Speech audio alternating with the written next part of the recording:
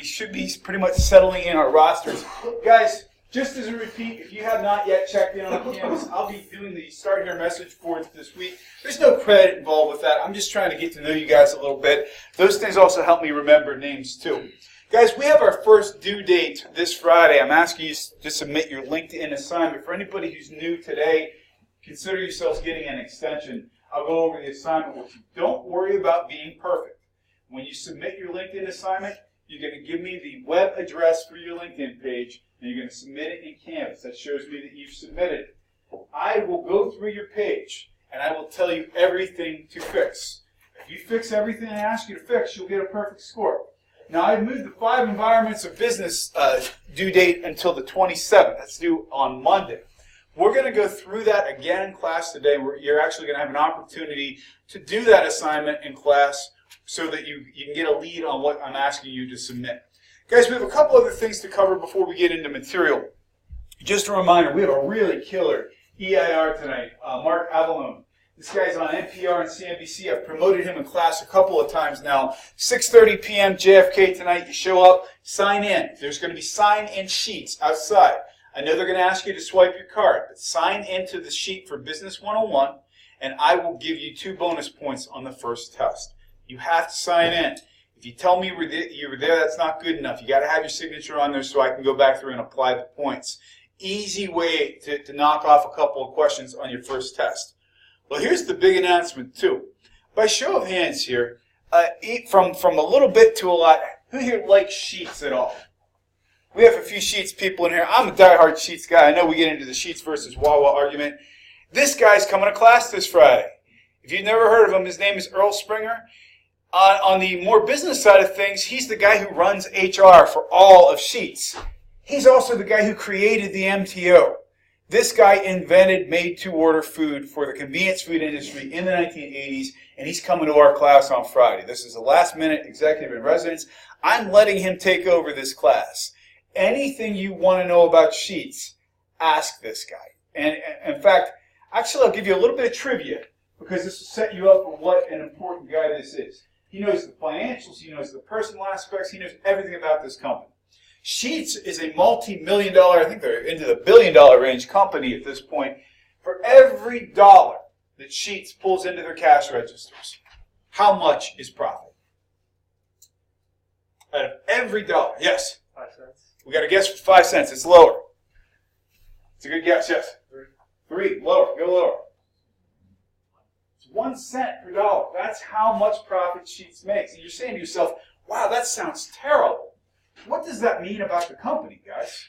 Where is all that money going? Any guesses? In product and services for sure. Good point. And they reinvest heavily in their people and their systems. Even if they have to operate on tight margins, they want to have a high quality product. This guy took a small Altoona convenience store and made it into the fastest growing chain on the East Coast. They had changed the game. Before Sheets, there was not touchscreen ordering anywhere for convenience stores. You're going to have a chance to pick this guy's brain on Friday. On top of that, he's a nice guy and he's a lot of fun.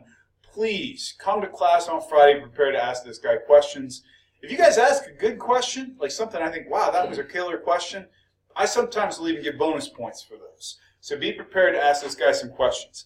If you're interested in a career after college, I know people don't often think about chains like Sheets. There are big-time white-collar jobs in this company and people making bank and doing creative things. Sheets is one of the most creative companies in this industry. Great opportunity to make a good connection.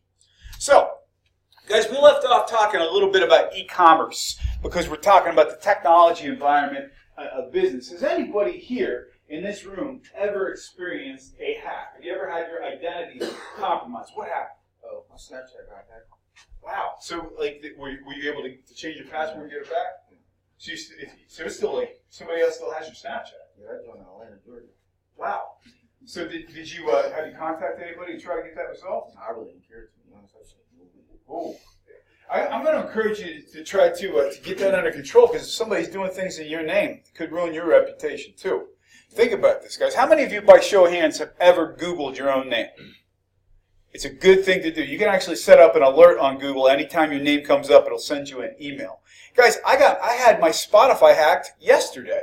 I was on my way to work, and I listened to Spotify every day in my car, and all of a sudden, a song came up that I had never heard of before that I would never pick. And it interrupted the song that was currently playing. I got an email from Spotify that said there's an unusual login in your account. I got to change my password and I resolved it. But it just goes to show you guys how connected all this stuff is and how easy it is. The average person who has their credit card hacked or stolen, how long does it take to resolve the issues? If you had to say the average person who has their credit card hacked, how long does it take to resolve all the issues that come from it? You had to guess a period of time. What would you guess? Yeah, it's about right. Month and a half in most cases. Because Josh, what happens if somebody gets into your credit card account? How can that affect other things? No doubt. No doubt. Is there other ways it could affect your credit? Yes. We usually have a limit on the credit card. To go over the limit, you have to pay like interest back over. Yep. They could be messing up your credit. What else could they do? Yeah, let's say your credit score can mess up. For sure. And if you have bills you're paying with that card or that account, you can have some bounced bills too. It takes some time to resolve this stuff. You may even have to approach a credit agency to repair the damage so it's not reflecting back on you. It sometimes can take longer. My point to you guys, when you're interacting online, if you remember one thing from the finance part of this class, I'm going to encourage you to think of this. When you are shopping online, by show of hands, how many of you shop online? Don't use your bank card. Use a credit card. Use an independent credit card that you can pay off every month, and don't use your bank card. I see you have your hand up, sir. Did you have a comment? No. Oh, okay. Yeah, if you use your credit card and it gets hacked, you're only liable for about $50. Somebody can clear out your bank account and really mess up your credit. That is my advice to you. Shop online with an independent credit card. Some of the other things that are making all this stuff possible right now, we call them databases. Who here has ever worked in high school or college on a database? Database is just a way that we compile information on people and put them together. Whether you realize it or not, we're all creating profiles every time we go online. How many of you, by show of hands, use Google as your primary search engine? Check this out, guys. Google, since 1995, has archived every search ever made on Google. And they tie them to usernames, they tie them to logons. If I'm logged into my .francis.edu tag, or if I'm logged into my personal Gmail, everywhere I go online is being tracked somewhere. And we're building profiles. That's how companies get information about us. Google's #1 source of revenue, even in 2020, is advertising by targeting marketing to you. So these databases are a real deal. So when we get into things like identity theft, that's a big deal too. If somebody's using our account and creating a history for us, they're essentially creating impressions with people maybe we don't want to have impressions made with. Then we get into the competitive environment where we left off. Guys, at this point in time, companies have never known more about us. Think about this for a second, guys. We're going to talk about marketing later in the semester. But think about the things that companies know about us. How do they find out so much about us? Well, where are we going online? What are other ways? Nicole, what's a way that companies find out things about us? Probably like what you search exactly and what you click on websites. Absolutely correct. Anybody here have a loyalty card for like Sheets or Rudders or any of this? Just raise your hand if you got that card. They know what your habits are, guys. They know how to target to you. If you're using a Starbucks card, they know what drinks you tend to get. When you get old like me, you might even start getting email coupons for diners because they know what kinds of food you like. That's how companies get in better and build relationships with customers. And as a result, we are getting deeper and bigger relationships with companies. One of the other things that we're seeing at this point in time, because business moves so quickly these days, we want to empower our employees as well. I know I'm using the Sheets example because I love Sheets. One day I was in line at Sheets and I was getting a cup of coffee. I went to the machine where I wanted to get my coffee from. The kind of coffee I wanted was out. A lady who was working there noticed what was happening, came over to me and said, "I'm sorry you didn't get the coffee you wanted. Your next one's on me," and handed me a card for a free cup of coffee. Now that cost Sheets maybe 20 cents, but they empowered that frontline worker to be the person to make that decision. The more we empower individuals who are not in management to make decisions, the better off companies tend to run if you've got good people. How many of you have ever had a waiter or waitress who messed up your order? How many of you, by show of hands, had the waitstaff attempt to make it right? In the back, what did the waiter or waitress do? Took the food back. So they said, your order screwed up, we're going to fix this. Anybody ever get a free meal or a free appetizer? What happened? Man, I should just I waited a really long time, and then I ended up not being right. Food that I wanted to So they ate the bill. That's an example of empowerment. You're giving the employees the chance to say, look, I have to work in this job. If I'm empowered, I'm going to make the company more powerful by making decisions. Let's say we have two scenarios here, guys. We're a company and we're trying to get a new customer, or we're trying to maintain an existing customer. Is it easier to get a new customer or to keep an existing customer? What do you think? Yes, sir. It's actually, it's harder to get a new customer. It's easier to keep an existing customer. It takes about 5 times as much expense to get a new customer to replace the one you lost. And the reason is you got to build a reputation, you got to advertise, you got to get an impression out with those folks. So giving somebody a free meal, or giving them a free appetizer, in the big scheme of things, if they're a loyal customer, is not a big deal. And companies that don't realize that don't tend to last. When we get into the social environment, guys, we were talking about the idea that we've got different demographics these days. We're going to start talking about how the country, we're becoming more diverse. We're becoming more diverse in more, people of color. We're getting more diverse in terms of people who are entering the workforce who would not normally have been there. There's 2 age groups or 2 demographics that are pretty unusual in terms of the workforce. Right now, we've got working mothers, single parents are a big part of the workforce right now. And guys, if you had to guess, where are fast food joints recruiting individuals at this point? What age group are fast food joints actively recruiting? Yes, sir. I still couldn't hear it. Yeah, my stereotype would be we're thinking about young folks. Probably senior citizens. It's absolutely senior citizens. And the reason being, a lot of these folks, guys, the average life expectancy in the United States now is over 80 years old. So you have folks who are retiring at 65 and saying, you know what, I'm bored or I need some extra cash. And they're recruiting more older individuals to work in fast food jobs. So our demographics in our country are rapidly changing. Guys, in terms of a demography right now, in the United States, we're becoming an increasingly older country. Right now, under 18, our age groups right now are about 23%. Just under a quarter of the population is under 18. We are one of the oldest countries in the world. We're approaching Japan in terms of larger sections of our population being older. Anybody know there's a bunch of generations in the workforce right now? Like you guys are generically referred to as Gen Z. I'm a Gen X. The generation that's just older than me. Anybody know what the name of that generation is? Any guesses? Yes, sir. Baby boomers. Do you know where the name comes from? Everybody came back from the Second World War and they said, you know what? It's time to affirm life. Let's have some kids. And as a result, there was this amazing big generation who inherited a crazy good economy. They made money hand over fist. And they are still the folks in this country who control a large swath of the wealth. If you want to know why we talk about generations in the workforce, let me give you an example. If I wanted to reach out to all you guys, let's say we're all friends. Hey guys, we're going to go out and have a party tonight. How would I contact you guys? If I were young and cool like you guys are, how would I reach out to you? I would probably be group chatting and group texting all of you guys. Your grandparents, when they want to get together with their friends, how do they make it happen? They do. They send phone calls. Anybody here still get a birthday card in the mail from their grandparents? Does it have money in it too? It's the best, isn't it? How many of you guys get checks? You get checks from your grandparents? That's the best. But what it comes down to is that means we have to have different ways of communicating because age-wise we're getting more and more diverse. Now here's one of the other things. In terms of our current demography in the United States, if we go by the most recent census, how people self-identify based on their ethnicity, about 7 out of 10 people who answer the survey identify themselves as being white or Caucasian.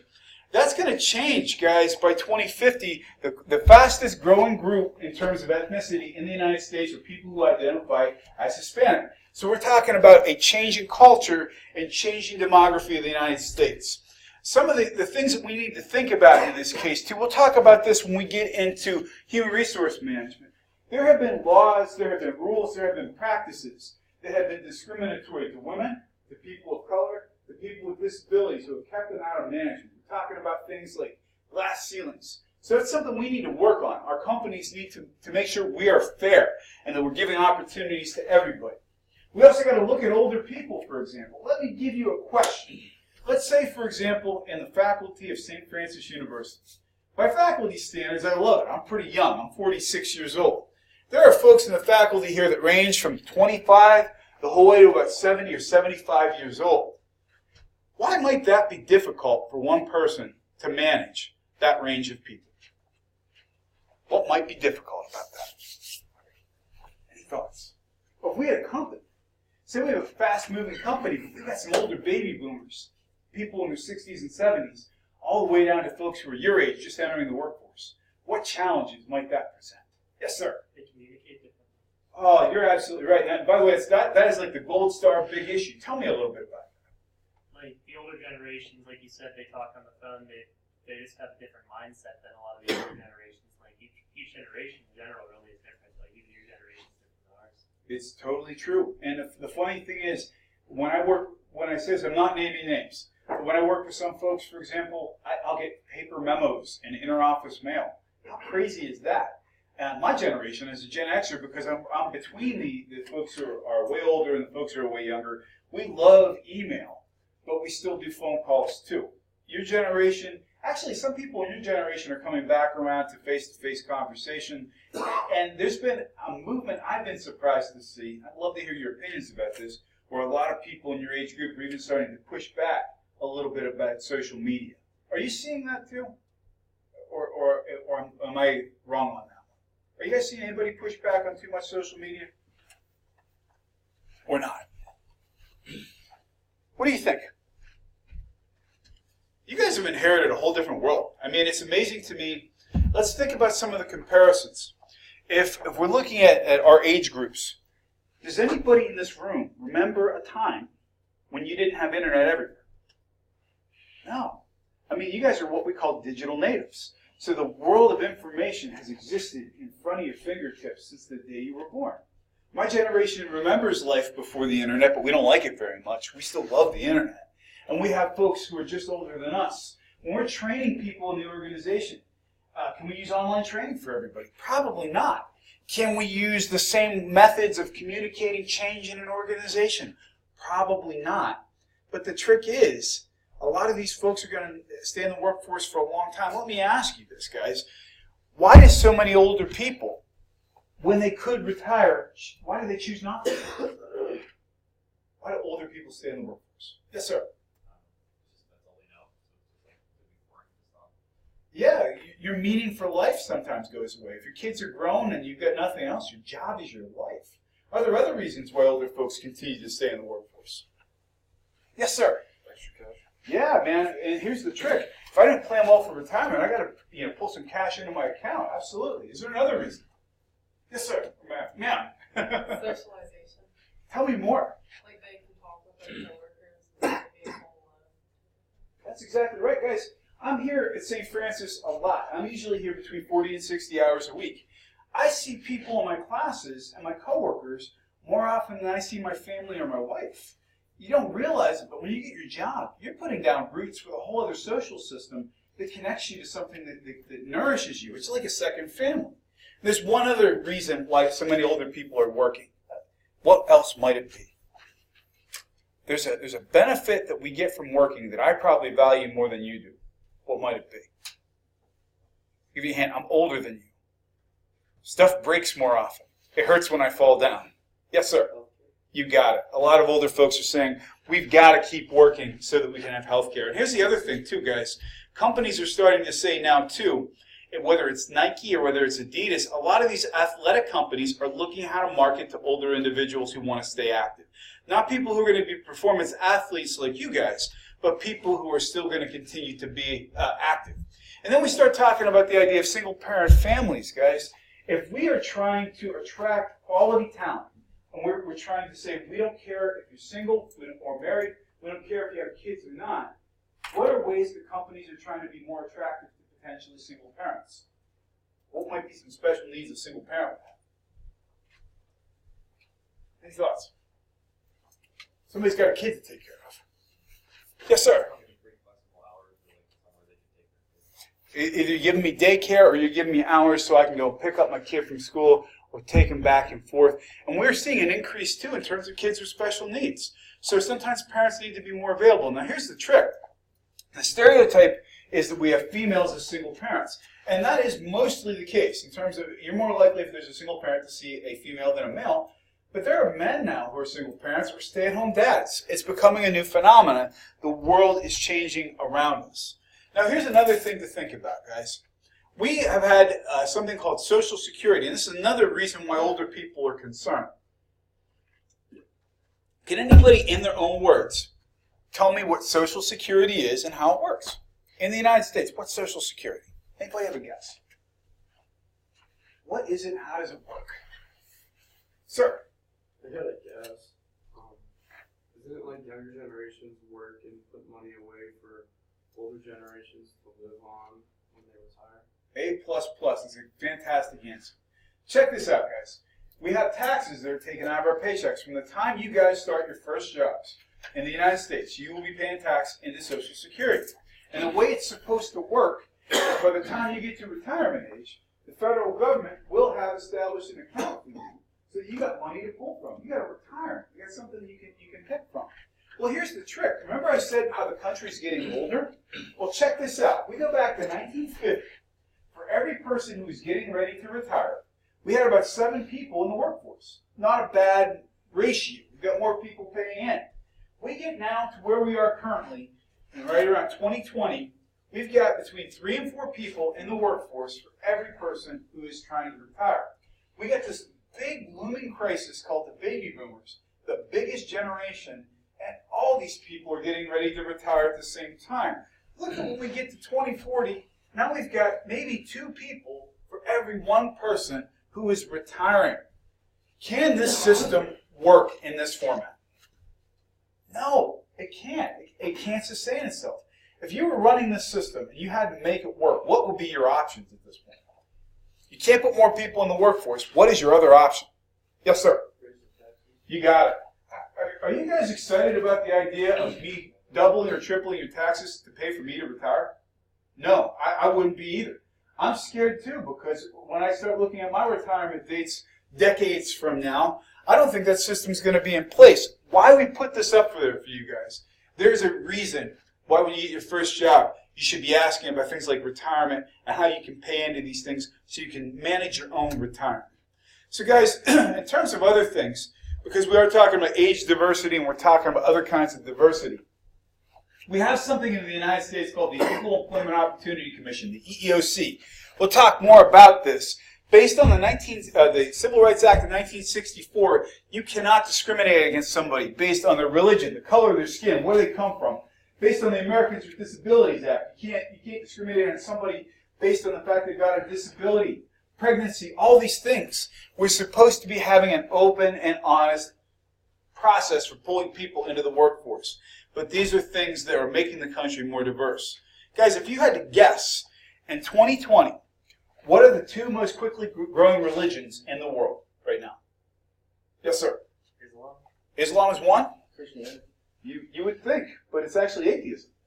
It's an antithesis of religion. So we've got the 2 most quickly growing faiths in the world are Islam and atheism. That's changing the face of the work environment too. Let's think about it, guys. In the United States, most of the days off that people get, what are they based around? Holidays. You got it. So if we're talking Christian holidays, if we have more people in our workforces who are not Christian, we need to accommodate what their holidays are. We want to make sure that we are saying, if you practice Judaism, if you practice Islam, we're going to be moving more toward having schedules that work with those people as well. So this is, again, a result of the increasing diversity in our country. And finally, guys, the global environment. I can't even describe to you what an impact this has had on things like supply chains. Check it out, man. When we get back to 2011, when the tsunami hit, you guys remember in the last class I was talking, the tsunami hit in Japan. Japan was home of major manufacturing for companies like Subaru, making parts for things like iPads, making components for paint that goes into pickup trucks. One natural disaster, now granted, a huge natural disaster, disrupted global supply chains for months because nothing that is in your proximity right now. If you're wearing blue jeans, I guarantee your jeans were probably made in Mexico, in India, possibly even Egypt. They come from all over the place. The indigo, the colors of your blue jeans, probably came from the deep south in the United States. The batteries in your cell phones came from Africa. The laptops in front of you came from China. The sneakers that you're wearing maybe came from Malaysia or Indonesia, and the car that you drove in had components probably from 2 or 3 continents in it. We are global, guys. Most businesses are affected by this stuff. There are some businesses that are truly local that are not affected. But even if we think about Kentucky Fried Chicken, for example, one of my favorite fast food restaurants, how does the global economy affect them? Well, KFC is the biggest fast food chain in the Middle East. So guess what? If we go into conflicts in the Middle East and those supply chains are getting interrupted, those businesses are not succeeding at the same level they would. Even a fried chicken joint can be affected by global economies.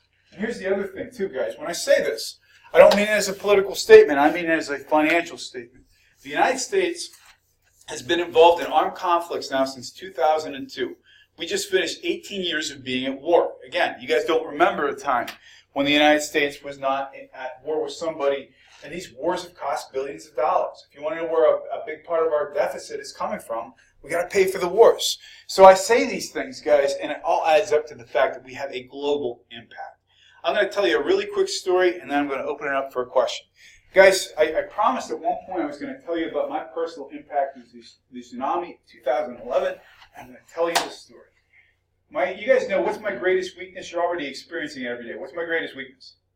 Names. I'm terrible at names. I promise you, maybe within 2 weeks of the end of the semester, I'll know your names. But I'm working on it. My biggest fear in the world is water. I am terrified of large bodies of water. I don't like being on boats. You with me? I'm terrified of the ocean. Yeah, I am too. I hate flying over the ocean. My wife has a good friend who lives in Hawaii. Lives on the Big Island in Hawaii. And she invited us. You can come and stay for 14 days free of charge. We'll put you up at our place. All you got to do is get there. How many people would sign up for that deal? Me.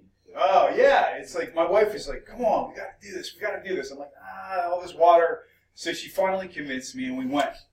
So we took the hour flight over the ocean to get to Hawaii. And of course, we get there, and it's paradise. I mean, it's like blue skies, clear water. You know, you're drinking a Mai Tai at 7 in the morning. It's wonderful. The very first night we're there, I go to sleep. It's 10 p.m. and sirens start going off. We turn on the television, and it's telling us to evacuate to higher ground. We were there the night the tsunami hit. So after 6 months of her convincing me nothing's going to go wrong, the very first night we're in Hawaii, we get a freaking tsunami. I am shaking my wife and saying, oh my God, all my worst fears are coming true. And we literally got into a truck and drove to the highest point in the island. It was a medical facility, an Army medical facility where our friend works. We had shelter, and they let us get in. We're sitting there watching this TV footage of these walls of water in Japan knocking down entire cities. And they had a countdown ticker on the side of the screen to count down to when the tsunami was going to hit us. It's like, we're watching the countdown to our own deaths here. It's like, this is the worst vacation ever. I don't want to ever come back here.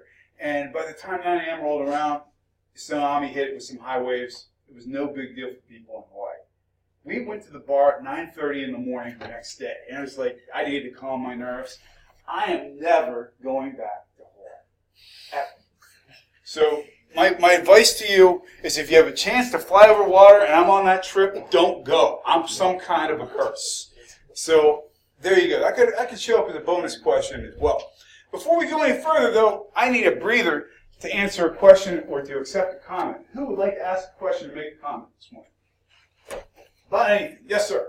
Do you think globalization is going to work as a good deterrent to stop like large conflict or like large powers? Like a lot of people are talking about going to war with like, you know, we're going to go to war with Iran or like all of that. Do you think globalization is going to keep like something like that from happening? Boy, that question, by the way, has never been asked in this class, and it's an excellent question. Here's my opinion. I generally think, at a fundamental sense, that we don't shoot at people who are buying stuff from us. So, for example, if you and I are doing business, even if we don't like each other, and I do like you, you're a good guy, but if we didn't like each other and we're still making money off each other, are we going to tolerate each other? Hell yeah, we're making money. I think that there are times when people's idealism gets in the way of commerce. I think sometimes when you get to folks who are so opposed to each other's lifestyles, sometimes that can't work. But more often, with the right negotiation, I think it can, because we all need things from each other. When I say this, okay, I do not mean to diss anybody's worldview. I support your political beliefs, whatever they are. What's Iran's biggest potential export? Oil. Exactly. So they want to sell that stuff. If we somehow are buying product from them, I think that gives us some leverage from them. But I think we have such an ideological disconnect right now, I don't think we can even have those discussions. The biggest conflicts in the history of the United States have generally been over energy. Why did the Japanese attack Pearl Harbor in 1941? They were embargoed. Yep, we had an oil embargo going with the Empire of Japan. And we had reasons why we did those things, but generally speaking, wars are usually over resources. And so I think the more we can facilitate commerce, again, you don't generally buy from people, you don't generally shoot at people who are buying stuff from it. Do you agree or disagree? Yeah, that makes sense. So It's a mutually beneficial relationship. It's a confusing situation. yeah, none of it makes any sense, and it's one of these things. None of it's simple either. And I think if you keep people who are reasonable in the conversation, stuff can happen. When we start retreating to corners and calling each other names, nothing good can come of it. You know, people who are angry aren't good negotiators. Good question. Good question, guys. Any other questions or comments before we move on? Okay. Well, guys, what I would like to do, finally, we're going to cover quickly in terms of the ecological environment. The only thing I'm going to say about this, there's a term I would like you to be familiar with. And we'll cover it in the coming chapter as well. What you believe on climate change is up to you. I'm not going to force an idea on you whether or not you believe it's man-made or not. That is your opinion, and you can base it on science. I personally believe we should take care of our environment regardless of our beliefs, because we shouldn't crap where we eat. So regardless if you believe in man-made climate change or not, I think it makes sense for us to take care of the environment. People, however, are jumping on a bandwagon and try to make products look more green than they actually are, and I would write this down. That term is called greenwashing. Greenwashing means you're trying to make products look more environmental than they actually are. What we're going to do, guys, instead of breaking into groups, we're going to do this together. Obviously, right now, you're working on your LinkedIn pages for Friday, but you're also working on your 5 environments of business. We did this exercise in class the other day, but I'm going to do it with you again. Will somebody name a company that makes a product or a service? So Apple was first. Okay, we got Apple. Let's take a look at Apple from a global business perspective and all these various perspectives. We're going to start off with the economic section. We're going to say economic and legal. This marker's about dead. Well, somebody in these front 2 rows on this side of the room, tell me one positive from either the economic or legal standpoint that Apple has. What's a positive? What's something that plays in their favor from the economic or legal environment?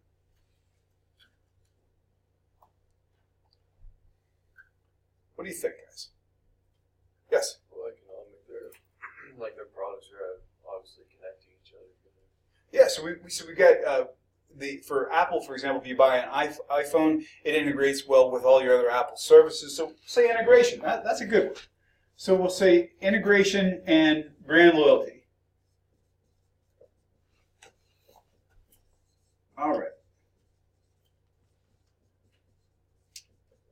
From the second 2 rows in this section, will you guys tell me one other positive about Apple? What's a positive for them in either the economic or legal environment? Yes? They're probably the most popular brand. Popular, definitely. So we're going to say, for example, a positive would be even though their stuff's expensive, they've got such brand loyalty, because some of these environments can cross over too. Brand loyalty drives sales.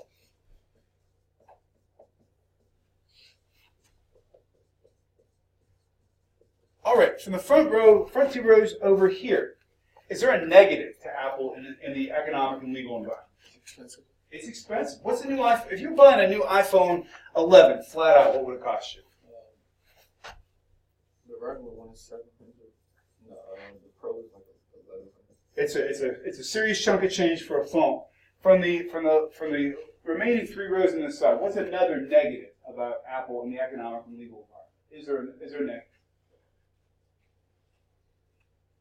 Any thoughts? Legal, yeah, they were killing people badly. Yes, we're talking about antitrust. Was anybody affected by that, by the way? I was affected by it. Did you get your batteries replaced? I went to get mine replaced, and they told me my phone was bent, even though it's lived its entire life in a case. That ticked me off. So we're talking about antitrust. So let's talk about the technical environment, technological environment. We'll just make it open for anybody here. What is a plus for Apple in the technological environment? Anybody? What's a positive to Apple? Yes? They're kind of already like established, like they don't have to prove themselves. So stable. They have stable tech. Their stuff tends to work really well. Is there another positive to Apple in this environment? In the technical environment? Oh, come on. You guys all use iPhones. Why do you use it? What's a positive? Somebody in this side. What's a positive on the tech environment? All right, sir, if you had your hand up, what's positive? Networking. They have powerful networks available to them. They work on all providers.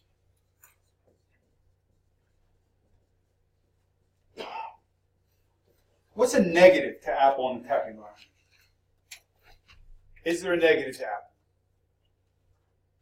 Yes. I know a lot of fortunate people who use Android to say that it's not quite as customizable or a little more set. You have to use it a certain way. We'll say a closed OS because they tend to try to make you do things their way. Is there another negative to the technical side of that? Any other negatives? They have a lot of positives, so maybe they don't have too many negatives. How about the competitive environment? So on a negative, Android is a competitor, for sure. Is there a positive for Apple in the competitive environment? Yeah, it is the go-to phone. Generally speaking, when I say this, guys, I'm not setting judgment on you because my next phone might be an Android. We associate Androids with people who are more kind of non-conformists, do we not? People who want to do their own thing tend to get Android. Most of us tend to have iPhones because they're reliable. I think Android is a great operating system. What's in terms of the competitive environment, is there another positive or negative for Apple in the competitive environment? What might be another positive? Yes, sir. Reputation. Oh, yeah. When you think of Apple, what are some words that come to mind? I know everybody just thinks like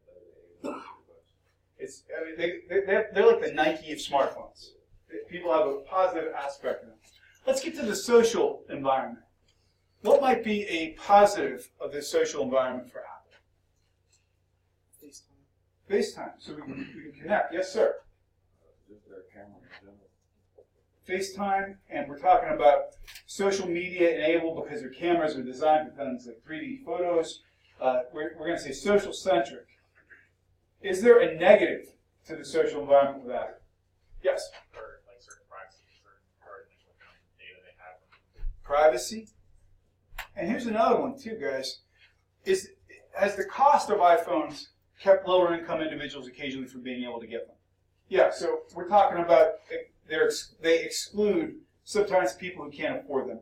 If you can't have a credit card, it's very hard to get a phone too. And then we get into the global environment. Guys, what is a positive to Apple in the global environment? Any thoughts? Globally, what's positive about that? Yes, sir. When they do a rehabilitation thing, Tell me more. I thought I read somewhere or saw something that Apple was trying to get back with the sale of their phones or something. So we'll say social initiatives globally. Are there any other positives to Apple globally? I'm going to put one on here that's a positive and a negative. We're going to say cheap manufacturing. Where are iPhones made? You got it. And I'm going to actually show you how iPhones are made later this semester. Is there a negative to Apple globally? We talked about the effect of the tsunami. So what effect did that have? Color. Well, it would be affecting their global supply chain. So we're relying on multiple companies. So we're vulnerable supply chain.